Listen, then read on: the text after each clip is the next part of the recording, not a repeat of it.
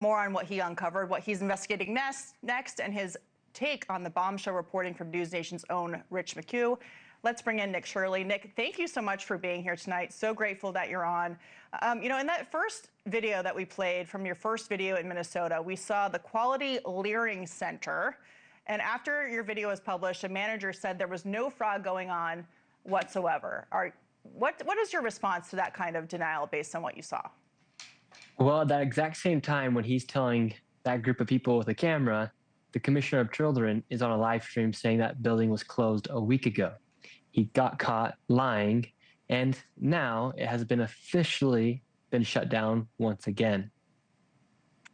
So the videos you've been publishing from your time in Minnesota have received hundreds of millions of views. It's so impressive. And it preceded the governor's decision, Governor Walz, to abandon his reelection plans. Do you think there'll be any accountability, though, for him? Do you think that he knew more about this, given his decision to leave the governor's race, so much so that it would impact his ability to get reelected? Tim Walz has been talking about getting rid of fraud since 2019. So to think that he didn't know about it happening from 2019 to 2016, it's impossible. It's literally impossible. Okay.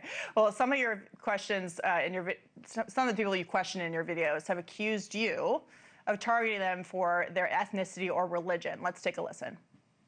If you don't want us here, change the freedom of religion. Say, listen, we don't want Muslims in this country anymore. We're not saying that. No. We're not saying that. When I go Sir, into we're your talking comments, about fraud. When you're going around doing your reporting, how do you choose where and which kind of businesses you look into? Yeah, I learned about the fraud, for instance, in Minnesota back in June because a lot of locals were telling me about it when I was there. And the way that we're targeting the fraud in Minnesota is simply by going to the state of Minnesota website and going to the locations of these places. And it just so happens to be that the majority of them, actually all of them that we have been to, are Somalians. Mm-hmm. And when it comes down to them being charged, and the people that have been charged for committing fraud inside of Minnesota, 89% of them are Somalians. And so that's just a fact of the matter about what's happening inside of Minnesota, to be quite frank. It seems like a way to distract away from what you're actually finding and seeing there. But we're learning that this is not just a daycare problem. NewsNation's Rich McHugh has reported on millions of dollars paid to assisted living facilities owned by a man under indictment in another money laundering scheme. So why do you think it is that Minnesota hasn't been able to limit the opportunities to defraud taxpayers of millions, if not billions of dollars? Well, quite frankly, I think a lot of people are in on it. It's not a surprise that it's been happening. I mean, like I said, Tim Walz has been talking about combating fraud since 2019. And so at that point, he's just been enabling it to happen.